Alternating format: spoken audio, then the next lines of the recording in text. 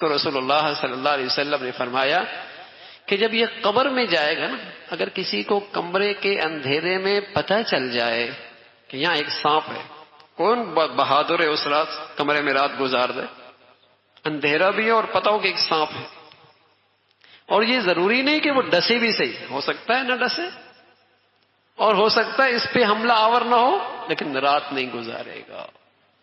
نہیں گزارے گا۔ اور سچے نبی نے بتایا ہے جو شخص زکوٰۃ نہیں دے گا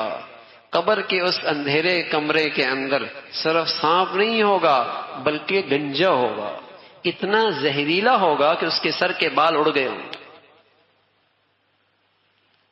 اور اس کے منہ کے پاس 2 نقطے ہوں گے جو اس کے اور زہریلے ہونے کی نشانی ہو،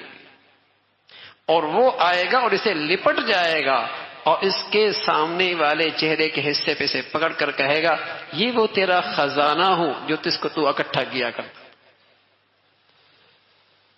یہ اللہ کے سچے نبی نے بتایا ہے، اور سب کچھ بتایا ہے اس امت کی خیر خواہی میں، سب کچھ بتایا ہے اس امت کی خیر خواہی میں، اس لیے کہ وہ نبی رحمت بن کے آیا ہے۔ اس نبی کی ساری تعلیمات اس انسانیت کے لیے رحمت ہی رحمت ہے، کہ اس سے پہلے کہ دھوکہ کھا بیٹھے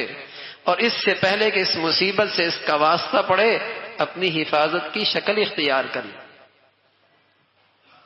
کہ یہ دولت جسے یہ اکٹھا کیا کرتا تھا، الذی جمع مالا وعدد، جمع کر رہا ہے، اور اتنی ہوس ہے، روز گنتا ہے کتنے ہو گئے، روز گنتا ہے کتنا ہو گئے، الذی جمع مالا وعدد یحسب ان مالہ اخلد، ایسا دولت سے کچھ اس کا دل لگا ہے جیسا لگتا ہے یہ ہمیشہ دولت اسے ساتھ رکھے گی، کلا، نہ ایسا نہیں ہو، لینبذن فی الحطمہ، یہ حطمہ میں ڈالا جائے گا، وما ادراک ما الحطمہ، جانتے بھی ہو یہ حطمہ ہے کیا چیز، نار اللہ الموقدہ، یہ اللہ کی سلگائی ہوئی آگ ہے جو جسموں تک نہیں پہنچے گی، دلوں تک اس کی رسائی ہو۔ یہ وہ ہے الذی جمع مالا وعدد، مال اکٹھے کر رہا ہے، کرتے چلے جا رہے ہیں مال اکٹھا۔ تو میرے عزیزو، بدترین بخل ہے کہ فریضہ زکوٰۃ اور جہاں جہاں ان مالدار صاحب مال کے لیے واجب خرچ کرنا وہاں خرچ نہ کرو، وہاں خرچ نہ کرو، یہ دولت اس کے لیے مصیبت ہے، یہ دولت اس کے لیے مصیبت۔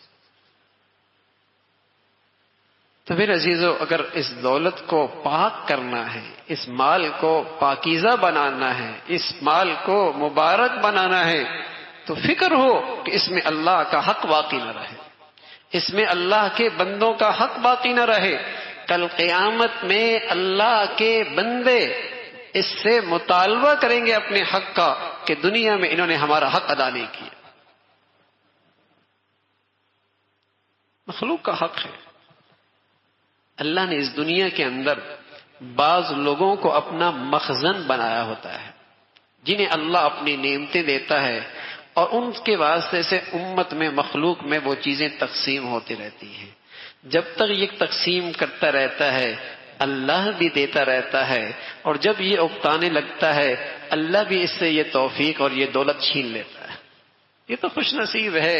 اللہ نے اسے اپنا خزانہ بنایا ہوا ہے اور اسے دے رہا ہے اور اس کے ہاتھ سے تقسیم کروا رہا ہے تو اللہ کا، اور اللہ اس کے ہاتھ سے تقسیم کرا کے اسے نوازنا چاہتا ہے۔ جب تک تقسیم کرتا رہے گا اللہ اسے اور دیتا رہے گا، جہاں اس نے تنگی اور بخل کا مظاہرہ کیا اللہ کسی اور کے حوالے کر دے گا۔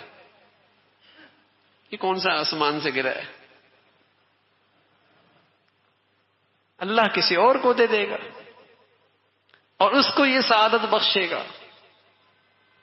تو میرے عزیزو، یہ تو بہت خوش نصیبی ہوتی ہے کہ اللہ رب العزت مال دے اور پھر خرچ کرنے کی توفیق۔